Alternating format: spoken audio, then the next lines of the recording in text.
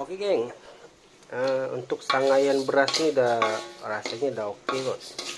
Warna perang-perang, tak lah sampai kehitaman, sebab kalau kehitaman pasti lebih pahit kan. Perang-perang macam ni oke lah kan. Oke, mantap geng. Oke geng, ikannya dah siap terus lah. Terus dia sikit-sikit untuk hilangkan ni air. Oke. Geng, saya tak adalah berapa pandai sangat nak buat ni kan, tapi nak buat dengan apa, campur garam Himalaya Pink rock salt.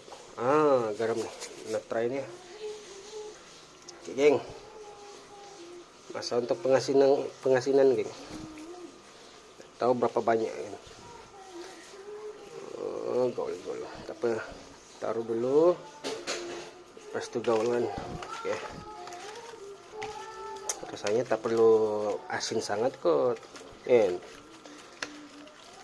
Kasam tak perlu asin sangat, lain lah kalau ikan masin kan, betul tak? Kena campur lagi, kena lebih banyak. Oke geng, pengasinan dah cukup lah, sempurna dah ni, boleh lah. Tak payah masin sangat, bukan ikan masin pun kan, tapi memang betul lah, ini kali pertama saya buat.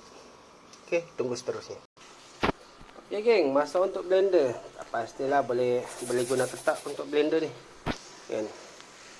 Try dulu lah, kalau tak terpaksa tumbuk.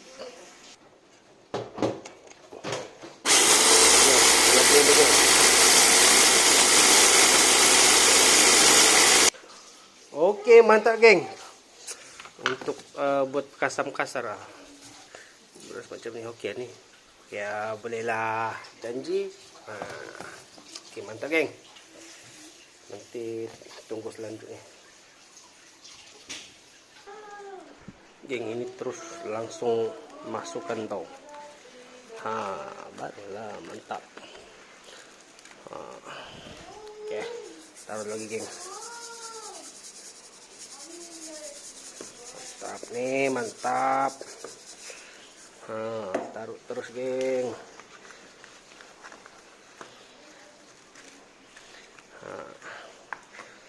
Jadi tak jadi belakang kira, janji dah buat kan. Ini tadi mau try padu tak padu nanti. Oke geng, mantap. Masa untuk ni dah, letak apa, letak ikan ni. Tak ni dulu sikit lebihannya. Garam dah taruh ah. Ya, rasa sangai dia macam sikit sangat lah geng. Tak apalah, untuk kali pertama macam ni kita try dulu lah kan, betul tak?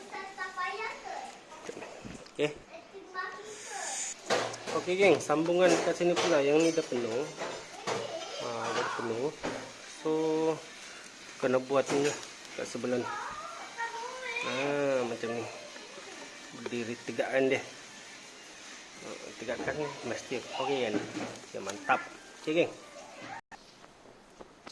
Oke geng, kasih sambungan untuk penyelesaian. Dah settle. Ada tanda harga dia lah geng. Dapat 2 bekas, okey lah. Alhamdulillah, tak sia-sia hasil menjaring geng. Oke, mantap. Goodbye.